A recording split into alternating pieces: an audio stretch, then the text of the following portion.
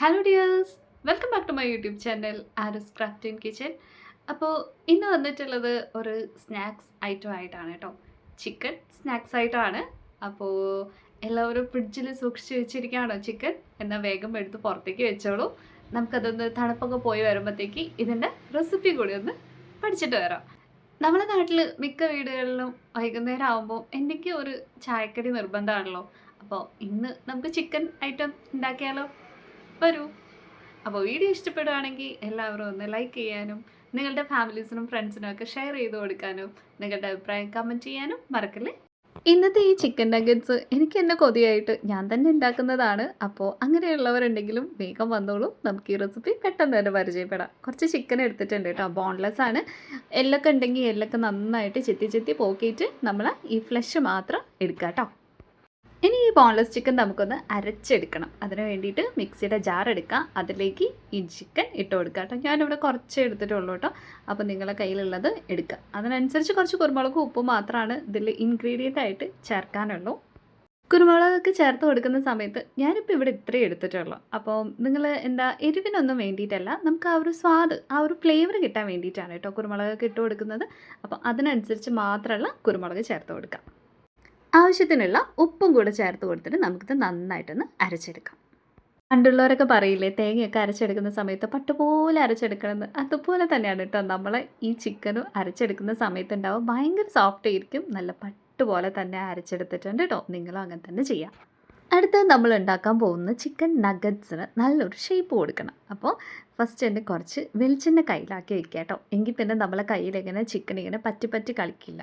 അപ്പോൾ അതിനുവേണ്ടി വെളിച്ചെണ്ണ നന്നായിട്ട് ആക്കി കൊടുത്തിട്ടുണ്ട്. പിന്നെ കുറച്ച് പീസ് ആക്കിയിട്ട് കുറച്ച് കുറച്ച് ചിക്കൻ എടുത്ത് ഒന്ന് നന്നായിട്ട് ഉരുട്ടി നിങ്ങൾക്ക് ഇഷ്ടമുള്ള ഷേപ്പിലേക്ക് മാറ്റിയെടുക്കാം.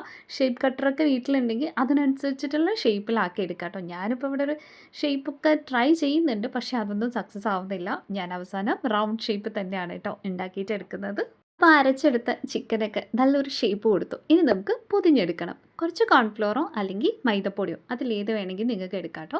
അപ്പോൾ ഞാനിപ്പോൾ ഇവിടെ കുറച്ച് കോൺഫ്ലോറാണ് എടുത്തിട്ടുള്ളത്. ഇനി ഓരോ ചിക്കൻ നഗറ്റ്സിൻ്റെ നമ്മൾ ഷേപ്പാക്കി വെച്ചിട്ടെല്ലാം എടുത്തിട്ട് നന്നായിട്ട് കോട്ട് ചെയ്തെടുക്കാം കേട്ടോ. ഇനി നമുക്ക് ഇവന്മാരെയൊക്കെ ഒന്ന് കുളിപ്പിച്ചെടുത്താലോ? ഒരു എഗ് വാഷ് കൊടുക്കാം കേട്ടോ. ഒരു മുട്ട എടുത്തിട്ടുണ്ട്, പൊട്ടിച്ചെടുക്കുക, നന്നായിട്ട് ബ്ലെൻഡ് ചെയ്ത് കൊടുക്കുക കേട്ടോ. മഞ്ഞയും വെള്ളയും കൂടെ മിക്സ് ചെയ്തെടുക്കുക. അതിലേക്ക് കുറച്ച് കുരുമുളക് പൊടിയും കൂടെ ഇട്ട് കൊടുക്കുക. എന്നിട്ട് ഇതും കൂടെ ഒന്ന് നന്നായിട്ട് മിക്സ് ചെയ്തെടുക്കുക. ഒരിത്തിരി ഉപ്പും കൂടെ ഇട്ടോളൂ കേട്ടോ. നമ്മൾ കോൺഫ്ലോറിലോ അല്ലെങ്കിൽ മൈദയിലോ ആക്കി വെച്ചിട്ടുള്ളത് എടുത്തിട്ട് ഇതിലൊന്ന് നന്നായിട്ട് കുളിപ്പിച്ചെടുക്കുക. ഇനി കുറച്ച് ബ്രെഡ് ക്രംസ് വേണം കേട്ടോ. മിക്സിയുടെ ജാറിലേക്ക് 1-2 ബ്രെഡ് ഇട്ടിട്ട് നന്നായിട്ടൊന്ന് കറക്കി പൊടിച്ചെടുക്കുക കേട്ടോ. കുളിച്ച് നിൽക്കുന്നവർക്ക് ഒരു ഉടുപ്പ് കൊടുക്കണ്ടേ?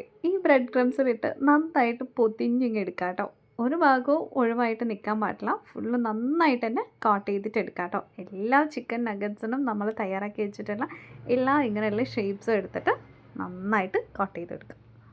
സുന്ദരക്കുട്ടന്മാരായിട്ട് നിൽക്കുന്ന ഇവന്മാരെയൊക്കെ എടുത്തിട്ട് നല്ല തിളച്ച വെളിച്ചെണ്ണയിലിട്ട് പൊരിച്ചും കൂടെ എടുത്താൽ കറുമുറ കഴിക്കാൻ ഭയങ്കര ടേസ്റ്റ് ആയിരിക്കും കേട്ടോ. തിരിച്ചിട്ടും മറിച്ചിട്ടും കളിച്ചിട്ടും ഹരിച്ചിട്ടും കളിപ്പിച്ച് കിടത്തല്ലേ കൊടുക്കപ്പണേ.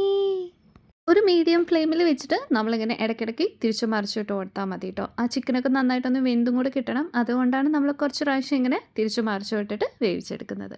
ഇത് നല്ല ബോൾ പോലെ പൊന്തി വരും കേട്ടോ. നല്ല ഭംഗിയാണ് കാണാൻ വേണ്ടിയിട്ട്. അപ്പോഴത്തെ ചിക്കൻ നഗറ്റ്സ് ഒക്കെ റെഡിയായി വന്നിട്ടുണ്ട്. ഞാനിതൊന്ന് ടേസ്റ്റ് ചെയ്ത് നോക്കട്ടെ. ചെറിയൊരു ചൂടിൽ കഴിക്കുന്ന സമയത്ത് സോസൊക്കെ കൂട്ടി കഴിക്കുകയാണെങ്കിൽ അടിപൊളിയാണ്. എനിക്കിപ്പോൾ സോസൊന്നും ഇല്ലെങ്കിലും ഞാനിത് കഴിച്ചോളും.